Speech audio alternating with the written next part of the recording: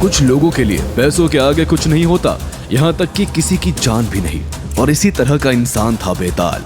लेकिन क्या हान बचा पाएगा सानिया को अपने पैसों के दम पर, या हो जाएगी एक नई अनहोनी? बेताल ने अभय को सानिया की किडनैपिंग का वीडियो दिखाते हुए कहा, 100 करोड़ रुपए दो और अपने दोस्त को बचा लो। बेताल, तुम्हें तुम्हारे पैसे मिल जाएंगे, बस सानिया को छोड़ दो। लड़की को छोड़ दो और बता देना कि अभय ने उसकी जान बचाई है। ये कहकर बेताल मुस्कुराता हुआ कमरे से जाने लगा, लेकिन फिर अभय ने उसे रोका। दोबारा अगर तुमने मेरे परिवार या दोस्तों को खतरे में डाला तो मुझसे बुरा कोई नहीं होगा, समझे? बेताल अभय की आंखों में गुस्सा देखकर बिना कुछ बोले वहां से चला गया। अब शायद सानिया मुझसे एंगेजमेंट तोड़ देगी। ये सोचकर अभय तुरंत सानिया के घर उससे मिलने चला गया।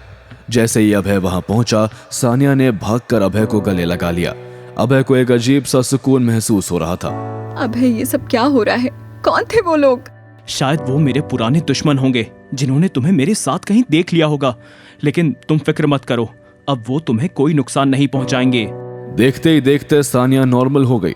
अभय, मैं तुम्हारी गर्लफ्रेंड होने का नाटक करने के लिए तैयार हूँ। हम कब मिल रहे हैं अंकल आंटी से? अभय ये सुनकर सुकून से सांस लेता है। Thank you Sania. Thank you तुम मुझे कहना चाहिए। इस शहर में मैं सिर्फ तुम पर विश्वास करती हूँ।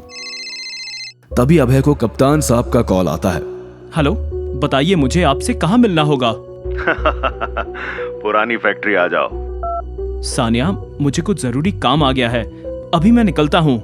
इससे पहले कि अभय वहां से जाता, सानिया ने प्यार से अभय को गालों पर किस कर दिया। ये देखकर अभय हैरान हो गया। थैंक यू अगेन अभय। अभय बिना कुछ बोले शर्मा कर वहां से चला गया। जैसे ही अभय वहां पहुंचा, उसने देखा कि कैप्टन अपनी कार के अंदर बैठे उसका इंतजार कर रहे थे। कैप्टन ने अभय को गले लगाकर कहा, आखिर तुम्हें पता चल ही गया कि 9 साल पहले तुम्हारे साथ क्या हुआ था। हाँ, मैं मुंबई आया था अपनी बेगुनाही साबित करने, और अब मेरे पूरे परिवार को ही नहीं, इस शहर में सभी को पता चल जाएगा कि मेरे साथ क्या हुआ था। कैप्टन, मुझे मेहिका ने कहा कि मुझे अपने पेरेंट्स को छोड़ना होगा, लेकिन क्यों? हम नाइट फाइटर हैं अभय। आने वाले वक्त में तुम्हें कभी भी किसी भी मिशन पर जाना पड़ सकता है, इसलिए अगर तुम्हें माँ बाप को इन सब से दूर रखना है तो तुम्हें उनसे दूर रहना होगा। इसी में सबकी भलाई है, क्योंकि तुम्हारे दुश्मनों की नजर तुम पर रहेगी। अभय ने कैप्टन को सल्यूट किया। हालांकि अभय अपने मम्मी पापा से दूर नहीं होना चाहता था, लेकिन वो समझ चुका था कि उनकी जान को सुरक्षित रखने के लिए उसे ये करना ही होगा। मैं अपना घर बदल लूंगा। अपना ध्यान रखना अभय। ये कहकर कैप्टन अपनी गाड़ी में बैठकर वहां से चला गया। अभय भी टैक्सी लेकर घर चला गया। मम्मी पापा को कैसे समझाऊंगा? अभय जैसे ही घर पहुंचा, उसने देखा गौतम वहां पहले से ही मौजूद था। तुम यहाँ कैसे? मुझे यहाँ धीरज राजपूत सर ने भेजा है। गौतम की बात सुन के अभय ने धीरज को कॉल कर दिया। आपने गौतम को घर क्यों भेजा है? कैप्टन ने बताया कि अब तुम घर से दूर रहोगे, इसलिए तुम्हारे मम्मी पापा का ध्यान रखने के लिए गौतम वहीं रहेगा। गौतम को मैंने नाइट फाइटर के बारे में सब समझा दिया है। अब बस तुम्हें उसे ट्रेन करना है ताकि वो तुम्हारे मम्मी पापा को प्रोटेक्ट कर सके। ठीक, चलो बाय। तो अब तुम्हें सब पता चल ही गया है तो? मैं अपनी मर्जी से इस काम के लिए तैयार हूँ। आखिर तुमने मुझे ये नई जिंदगी जो दी है। चलो, तुम्हें एक जगह लेकर जाना है। ये कहकर दोनों घर से बाहर चले गए और स्काई व्यू कंपनी पहुंच गए।